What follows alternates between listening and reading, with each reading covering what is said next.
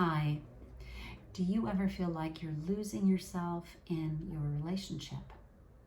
In couples counseling, this is something I hear a lot, so let's talk about it.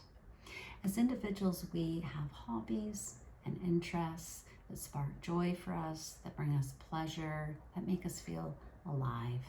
Surfing, skiing, playing music, tinkering with cars, you name it, the list is endless. And what can happen when we get together in a partnership is that we get so immersed in the relationship in a good way that over time we start to let go of those special things. Maybe special friendships that we had, passions that we had, hobbies, interests, things that we did, or just spending time by ourselves. And that can be okay for a while, but it doesn't work well in the long run. So for example, I have a couple that comes in. They've been together a couple of years. They live together. They both have a lot of stress with their jobs. At the end of the day, one's work is done. They've taken care of the home. They've cleaned up. They've made dinner together. Maybe they've worked out. They have an animal. They've gone and walked it. There's very little time left.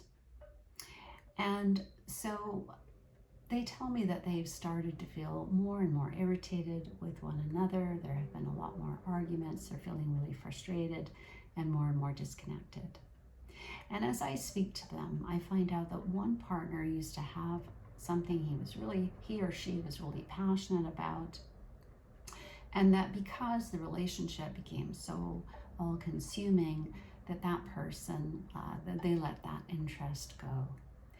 And they have a lot of sadness about not doing that thing anymore or seeing those people anymore. But not only do they feel sad about it, they feel angry about it, and they're starting to feel really resentful. Does that sound familiar to you?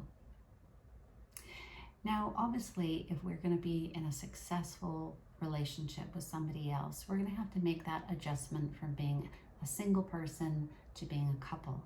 And we want to build on common interests that we're going to have together, and we want to spend time together with that person.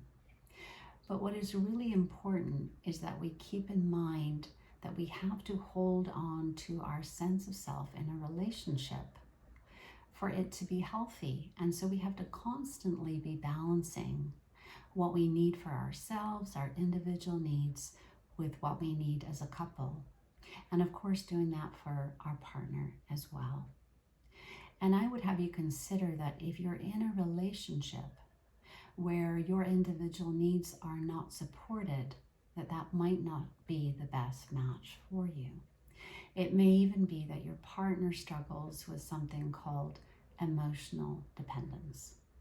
And what that can look like is that basically they don't want you to do anything by yourself. They want everything done together. I hope this is helpful. My name is Sharon Coulter. I'm a licensed marriage and family therapist and also a certified clinical hypnotherapist. I have lots of great information on my page, so hopefully you'll check it out, and thanks for listening. Take care.